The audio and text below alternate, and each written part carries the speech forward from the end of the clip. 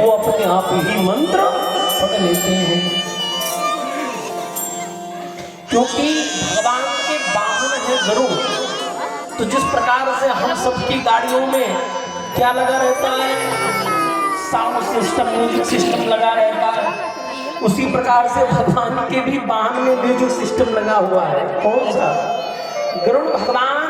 जब भगवान नारायण गरुड़ारूढ़ होते हैं और गरुड़ारूढ़ होकर के भगवान जब उड़ते हैं गरुड़ में, अब गरुड़ भगवान जब अपने पंखों को ऐसे हिलाते हैं उस समय गरुड़ भगवान के पंखों से भी वेदक ध्वनि निकलती है। ओम ईदम विष्णु भी चक्रावे त्रेधा निदाधे पदम सामूढ़ास्या पागुं सूरे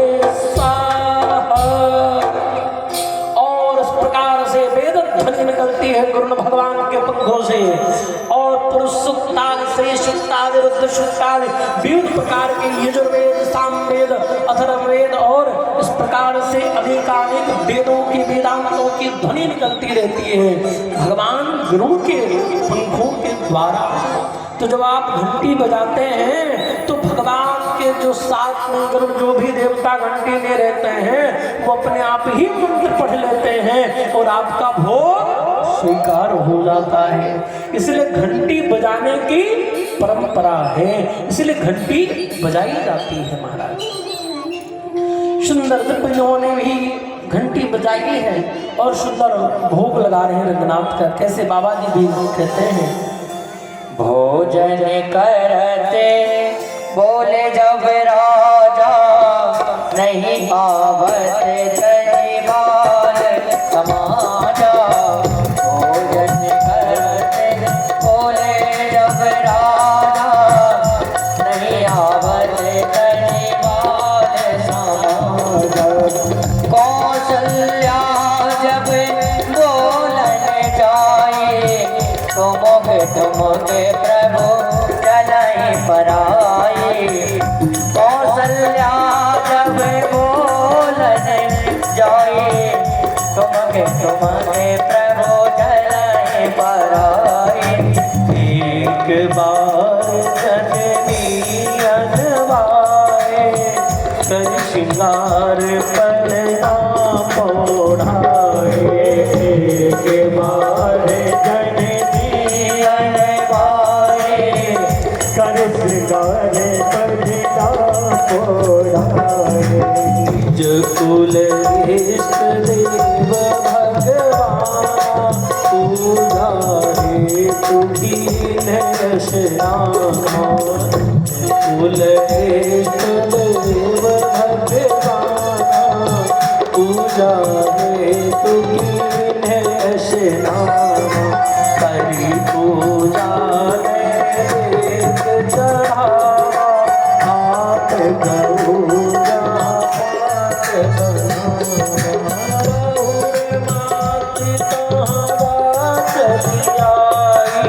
भोजन करते देख सोते जाई। जय जननी शिशु पैवय गीता देखा बालन रामुनि सीता। बहुरी आई देखा सोत सोए हृदय काम मन धीर न होई। देखा मति भ्रम मोह के आने विदेता। देवी राम जननी अपुरानी प्रभु हंसी दीन मधुर मुस्कानी। जय सिया राम जय जय सिया राम, जय सिया राम जय सिया राम, जय सिया राम जय सिया राम। एक बार जननी अनवाई, माँ कौशल्या सुंदर स्नान कराती है और रामलला सरकार को लिटा देती है पानी में। पर महाराज जब उधर जाकर के मंदिर में भोग लगाई 56 भोग, और महाराज और भगवान ने सोचा कि मैं तो यही हूँ और मेरे लिए ही भोग लगाया जा रहा है, इसलिए भगवान क्या किए, भगवान वहां पहुंच करके सुंदर जैसे पर्दा बंद हुआ, भगवान ने सुंदर भगवानों को पाना प्रारंभ कर दिया। अब वहां जाकर के मैया देखती हैं कि लाला तो यहाँ पर विश्राम कर रहा है, और लौट करके जब इधर आती है तो क्या देखती हैं, वही लाला जो है तो सुंदर 56 भोग पा रहे हैं। और इन सब चरित्रों को देख करके 56 भोग पा रहे मैया खुद ही भ्रम में पड़ गई कि असली कौन है नकली कौन है। अभी अभी तो मैं देख के आ रही हूँ कि लाला जो है तो सुंदर पालने में लेटा है और यहाँ भोजन भी जिम रहा है। महाराज भाई भगवान ने सोचा कि कौशल्या मैया कहीं सबको आवाज ना लगा दें, और वैसे महाराज भ्रमित न हो जाओ। उसी समय भगवान ने सुंदर विराट स्वरूप का दर्शन कराया है। भगवान का मुख खुला रह गया, मुख के अंदर भी मैया ने सुंदर सब कुछ देखा, अपने आप को भी देखा है। और इस प्रकार से मैया देख करके, इस लीला को देख करके मैया स्वयं जो है तो चित्र में पड़ गई। और मैया कौशल्या मैया कहती हैं कि प्रभु सब कुछ करना, पर दोबारा इस विश्वरूप का दर्शन मुझे मत कराना, क्योंकि मैया ने पहले वरदान में मांगा था कि प्रभु आप मुझे पुत्र के रूप में मिले, पर मेरी जो ज्ञान रूपी भक्ति है वो मेरी जागृत रहे और मैं आपको भगवान के रूप में दर्शन आपका करती रहूं।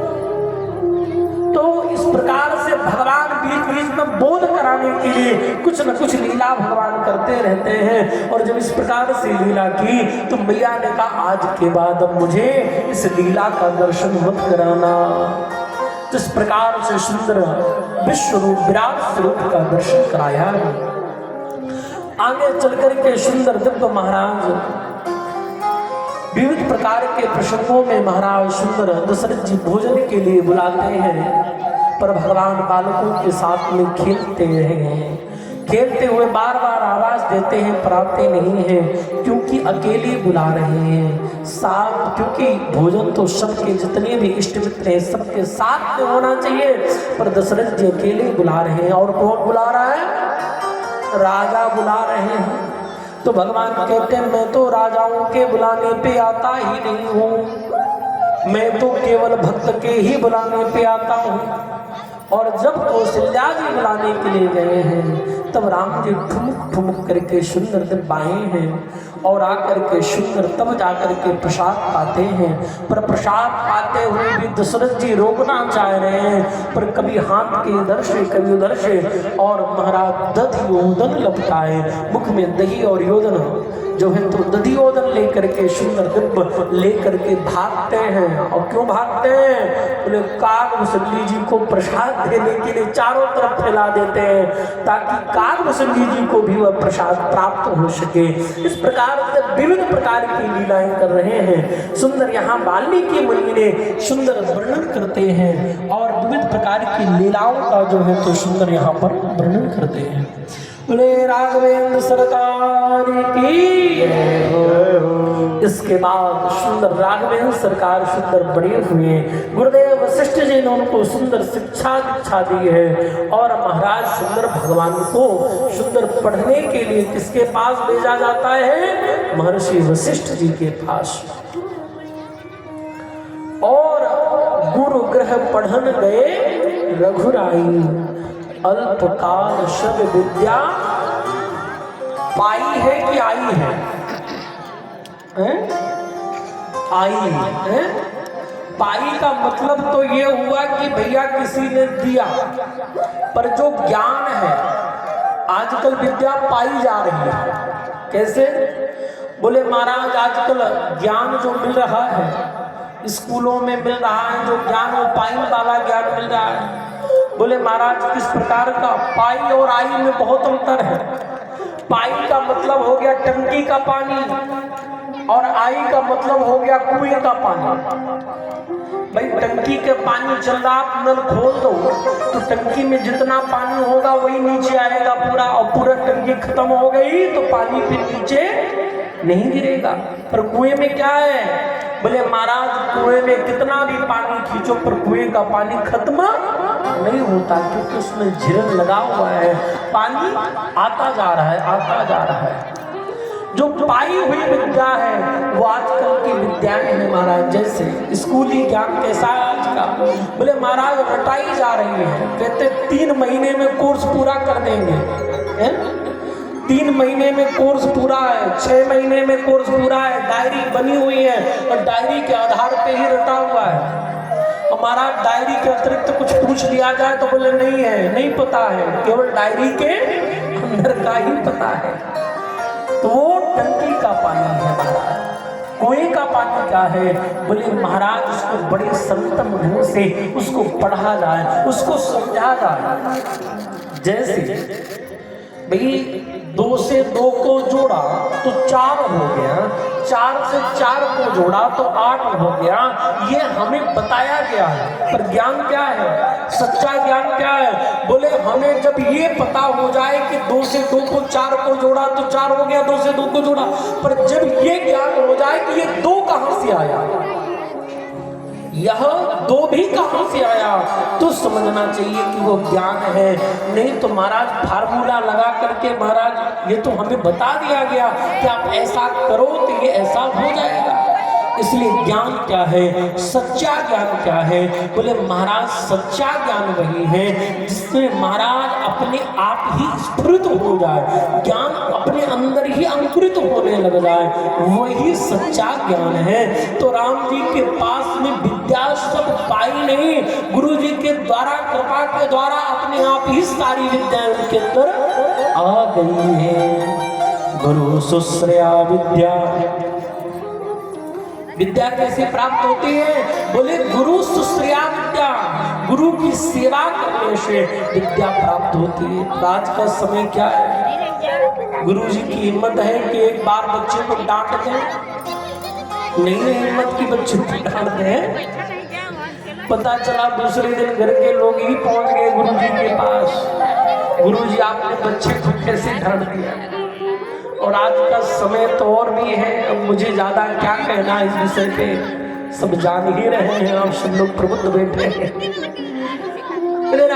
सरकार की तो राम जी भी सुंदर दिव्य गुरुदेव भगवान के पास में बोल्ट करके, क्योंकि विद्या ज्ञान वो है जो समाज को बदल दे, ज्ञान वो है जो संस्कृति को अपने बचा करके रखे, ज्ञान वो है जो धरोहर को बचा करके रखे। पर आज का ज्ञान क्या है? बोले आज का ज्ञान सिर्फ लॉजिक का ज्ञान रह गया है। हर व्यक्ति आज का सिर्फ लॉजिक लगा रहा है। कैसे? एक व्यक्ति जो तो तर्क शास्त्र पढ़ करके आया विदेश से, तर्क शास्त्र विदेश से पढ़ करके आया, अब घर पे आया बहुत दिनों के बाद, तो उसकी जो माता जी थी, माता जी ने बढ़िया प्रेम से लड्डू लेकर के आई, 2 लड्डू लेकर के आई। तो 2 लड्डू लेकर के आई तो बेटे ने कहा अच्छा मैया एक बात बताएं, मैं जो पढ़ाई पढ़ाऊं ना, इस 2 लड्डू को मैं 3 लड्डू सिद्ध कर दूंगा। अच्छा, अब जो उसकी माँ थी, माँ तो बड़े प्रेम से लाई थी कि बेटा इतने दिनों बाद आया है, लड्डू खा ले। पिता बगल वाले कमरे में सब सुन रहा था, बाहर बैठे हुए। अब मैया तो बड़े प्रेम से लाई, पर भाई बेटा भाव नहीं समझ रहा। बेटा 2 को 3 करने में सिद्ध लगा हुआ है कि मैं इसको 3 लड्डू सिद्ध करूंगा। बोले अच्छा 3 कर दोगे? बोले अच्छा कैसे कर दोगे? पिता भी बात से आ गया, काफी बात होती रही। बोले महाराज 1 और दूसरे को 2, तो 2 1 3 हो गया। अब उसने बड़ा तार्किक व्यक्ति का 2 और 1 3, 1 2 और 2 1 3 हो गया। उसने कहा ये 2 नहीं 3 है। पिता ने कहा अच्छा 3 है तो एक काम कर फिर। पिता बाहर से सुनता रहा, अंदर आया, एक लड्डू उठाया, तो एक लड्डू उठाया तो उसकी माँ को खिला दिया, दूसरा लड्डू उठाया स्वयं खा गया। अब कहा बेटा जो तीसरा लड्डू अब तू खा जा, तीसरा जो लड्डू है वो अब तू खा जा। महाराज आज की पढ़ाई भी इसी तरह से हो गई है। इसलिए ज्ञान ऐसा होना चाहिए जो ज्ञान समाज को सुधार दे, समाज को एक नई दिशा दे दे, एक नया राह दे दे। पर आजकल ज्ञान भी लेना है तो उससे लेते बोले महाराज आजकल पुस्तक नहीं, बोले आजकल तो फोन से ज्ञान लिया जा रहा है, गूगल बाबा से। अब फोन ना हो तो बोले महाराज सारा ज्ञान अधूरा है। इसलिए भैया ज्ञान ऐसा होना चाहिए महाराज, वो ज्ञान जो अधूरा ज्ञान है वो समय आने पे वह ज्ञान भूल जाता है। ज्ञान वही सार्थक है जो गुरु के द्वारा जो विद्या रहती है वह विद्या हमेशा काम आती है। नहीं तो महाराज आजकल जो फोन वाला ज्ञान है वो टिकाऊ ज्ञान नहीं है। बोले राघवेंद्र सरकार की। इस प्रकार से सुंदर महाराज अल्पकाल में सुंदर जो है तो इनके पास विद्या आ गई है। सभी वेद शास्त्रों को महाराज इन्होंने श्रवण किया है और सब कुछ इनको प्राप्त हो गया। और इस प्रकार से सुंदर महाराज निवास कर रहे हैं, रह रहे हैं भगवान। और माता पिता गुरुजनों की सबकी सेवा करते हैं। कैसे करते हैं? बाबा जी लिखते हैं, प्रातः काल उठ के रघुनाथा, मात पिता गुरु नाम महिमा। प्रातः काल उठ के रघुनाथा, मात पिता गुरु नाम महिमा। प्रातः काल उठ के रघुनाथा, मात पिता गुरु नाम महिमा।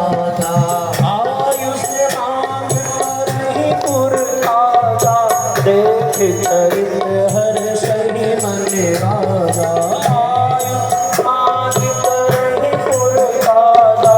देख चरित हर सही मन राजा, चरित हर सही मन राजा। प्रात काल उठ के रघुनाथा, मात पिता गुरु नाम माथा। भगवान राघवेंद्र सरकार सुंदर प्रातः काल उठते हैं और सबसे पहले किसको प्रणाम करते हैं? माता को प्रणाम करते हैं, फिर पिता को प्रणाम करते हैं, फिर गुरु जी को प्रणाम करते हैं। क्यों? क्योंकि सबसे पहले जो गुरु है वो माँ है। मातृ देवो भव, पितृ देवो भव, और तब तीसरे नंबर में आचार्य देवो भव। इसलिए पहला गुरु माँ है, इसलिए माँ को प्रणाम करते हैं। और हम सबको भी अपने बच्चों को भी यही शिक्षा देनी चाहिए। क्योंकि प्रणाम करने से क्या होता है? अभिवादन शीलस्या नित्यं वृद्धोऽपि सेविनः, चत्वारि तस्य वर्धन्ते आयुः विद्या यशो बलम्। बोले महाराज अपने से बड़ों को प्रणाम करने से क्या होता है? अभिवादन करने से आयु विद्या यशो बलम। बोले व्यक्ति को आयु प्राप्त होती है। महाराज आयु किसको मिली? महाराज मार्कंडेय जी महाराज, जिनकी आयु बहुत कम थी। सप्त ऋषियों को प्रणाम किया, सप्त ऋषियों ने भी आशीर्वाद दे दिया। वशिष्ठ जी ने कहा इनका माथा देखो, ये भी कुछ ही समय के मेहमान है। ब्रह्मा जी के पास गए, ब्रह्मा जी ने भी आशीर्वाद दिया। बोले अब क्या होगा? आपने तो लिखा है कि अभी कुछ ही थोड़े के मेहमान है। फिर मार्कंडेय जी महाराज ने सबने जब आशीर्वाद दे दिया तो जो मार्कंडेय जी अल्पायु वाले थे और मार्कंडेय जी को प्रणाम करने से ऐसा प्रसाद मिला संतों का कि स्वयं जो है तो मार्कंडेय जी अजर और अमर हो गए। इसलिए आयु विद्या, बोले महाराज बड़ों को प्रणाम करने से विद्या भी प्राप्त होती है, बल भी प्राप्त होता है। आयु विद्या यश, समाज में यश और कीर्ति बल भी प्राप्त होता है। इसलिए क्या करना चाहिए? बोले बच्चों को बचपन से ही यह सब शिक्षा देनी चाहिए। और नहीं फिर बड़े हो जाते हैं तो फिर क्या होता है? बोले बड़े होने के बाद वह संस्कार को प्राप्त नहीं कर पाते। फिर हम दुखी होते हैं, महाराज हमारा बच्चा तो हमारी सुनती नहीं रहा है, हमारी बात ही नहीं सुनता, हमको तो जल भी नहीं देता। क्यों? बोले हमने उसको कभी ऐसे संस्कार दिए ही नहीं, इसलिए वह इस बात को नहीं सुनता। इसलिए महाराज बचपन से ही उनको बच्चों को संस्कार देना चाहिए। पर हम क्या करते हैं? बोले महाराज हम उसको कार पहले दे देते हैं, संस्कार देते नहीं हैं। इसलिए संस्कार देना चाहिए। राम जी भी सुंदर उठ करके अपने बड़ों को प्रणाम करते हैं, सबसे आशीर्वाद लेते हैं और पिताजी से सुंदर दिव्य पूछ करके कोई कार्य करते हैं। इस प्रकार से बड़े आनंद के साथ में महाराज समय व्यतीत हो रहा था। पर एक दिन क्या हुआ?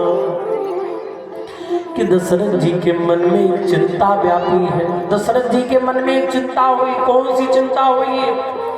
बोले दशरथ जी के मन में भी एक चिंता हुई। बोले महाराज मेरे बेटे राम का ब्याह होगा, कब होगा, इस बात की चिंता हो गई महाराज। तो किसी ने पूछ लिया कि महाराज आपको कौन सी बात की चिंता है? आपका बेटा कोई साधारण तो है नहीं, चक्रवर्ती सम्राट आपका पुत्र राम है। राम के गुणों से कौन नहीं परिचित है? तो बोले महाराज ऐसा बेटा है, इस प्रकार से उसका ब्याह तो अवश्य ही हो जाएगा। तो दशरथ जी यहाँ पे लिखा, वाल्मीकि जी लिखते हैं शीघ्रमाख्यातमा प्राप्तम। महाराज मन में चिंता हो रही है। और क्यों चिंता हो रही है? क्योंकि जैसे ही महाराज दशरथ जी जिस रानी के महल में जाते हैं, सभी रानियां कहती हैं महाराज मेरे बेटे का राम का ब्याह कब होगा, राम का विवाह कब होगा। तो दशरथ जी के मन में वही बार बार बात चल रही। दशरथ जी ने एक सभा बुलाई है। दशरथ जी ने सभा बुलाई, बड़े बड़े मंत्रियों को इकट्ठा किया गया। सबको इकट्ठा करके दशरथ जी ने उस सभा में एक प्रस्ताव रखा है कि हमारे बेटों का विवाह कैसे होगा। भैया एक बात और है, इस बात से और भी शिक्षा लेनी चाहिए। क्या शिक्षा लेनी चाहिए? बोले एक शिक्षा ये भी है कि हम तो बेटियों के विवाह के लिए चिंता करते हैं कि हमारी बेटी का ब्याह कैसे हो, हमारे बेटी के लिए कौन सुयोग्य वर मिलेगा, कौन ऐसा वर मिलेगा जो सुयोग्य हो, जो हमारे बेटी के लिए